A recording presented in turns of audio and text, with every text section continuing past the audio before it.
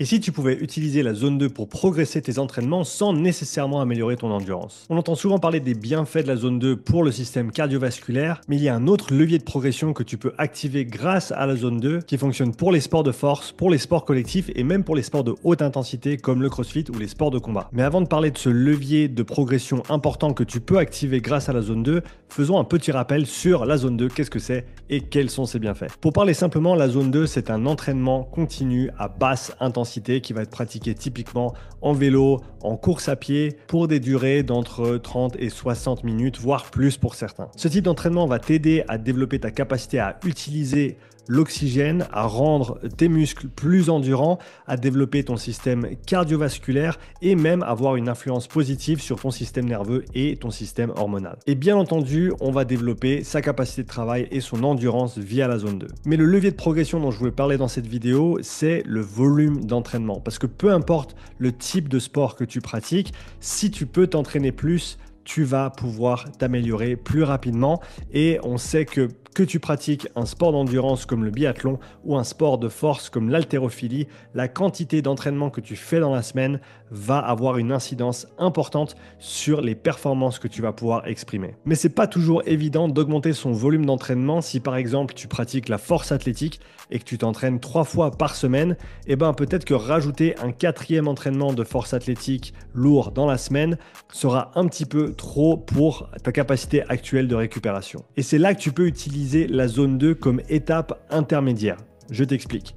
Actuellement, disons que tu fais 3 séances de force athlétique dans la semaine et tu aimerais passer à 4 séances, mais tu sais que si tu rajoutes simplement une séance de force athlétique, ça va faire trop dans ta semaine, tu ne vas pas pouvoir récupérer et tes 3 autres entraînements vont certainement diminuer en qualité. Et donc cette étape intermédiaire, c'est de rajouter 1 heure d'entraînement, mais d'abord de pratiquer cette heure d'entraînement à basse intensité, que ce soit sur un vélo ou en course à pied, pour simplement développer ton volume global d'entraînement sans nécessairement rajouter plus d'intensité. Et après quelques semaines de travail, ton corps aura l'habitude de s'entraîner 4 heures dans la semaine et tu pourras progressivement transférer cette séance de basse intensité et la transformer en séance de force athlétique si c'est le sport que tu pratiques. Alors bien entendu, tu auras développé quelques qualités d'endurance durant ces quelques semaines d'entraînement à basse intensité et si tu veux continuer à développer cette endurance, je te conseille de rajouter ou de maintenir une séance par semaine d'endurance fondamentale,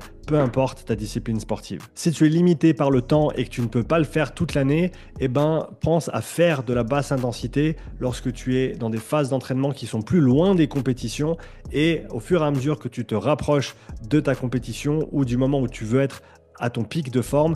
tu vas graduellement réduire ce volume de basse intensité pour te concentrer sur ton sport, sur les activités qui vont être plus spécifiques à ta discipline. Mais encore une fois, cette zone 2, elle peut vraiment t'aider à augmenter ton volume d'entraînement global sans nécessairement trop en faire et pour te permettre de t'habituer à cette charge croissante et ensuite simplement remplacer ta basse intensité par la séance que tu voulais rajouter au départ. C'est vraiment une étape intermédiaire dans ce cas-là qui te permet de faire une transition un petit peu plus lisse et un petit peu plus progressive via ton volume d'entraînement. Maintenant, il faut aussi faire attention parce que on peut le surfaire, ce volume d'entraînement, c'est-à-dire que simplement parce que tu peux t'entraîner 10 heures par semaine ne veut pas dire que tu devrais t'entraîner 10 heures par semaine. Si actuellement tu t'entraînes 3 heures par semaine,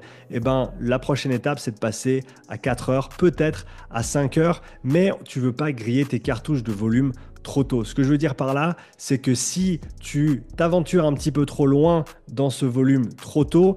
tu vas te griller des cartouches et perdre ce levier de progression pour plus tard. Je te donne un exemple très très concret. Il y a 2 ans de ça, j'ai eu la chance d'aller faire un camp d'entraînement avec le triathlète français Sam Laidlow qui, à ce moment-là, s'entraînait entre 21 heures et 23 heures par semaine. Alors, c'est déjà beaucoup pour le commun des mortels, mais pour un triathlète professionnel, dis-toi que certains coureurs norvégiens s'entraînent jusqu'à 40 heures par semaine dans les grosses semaines d'entraînement et en moyenne s'entraînent à peu près 30 heures par semaine. Mais Sam, avec son père et son coach Richard, savent que ce levier de progression de volume, il ne faut pas l'utiliser trop tôt et que eux préfèrent avoir une approche un peu plus conservatrice et que si Sam peut continuer à progresser à son niveau actuel avec 21 ou 23 heures d'entraînement, c'est pas nécessaire de faire 30 ou 35 heures comme les autres font juste parce qu'il peut le faire et il préfère garder ses cartouches pour les années à venir et petit à petit progresser son volume pour qu'il puisse continuer à se développer et continuer à utiliser ce levier de progression.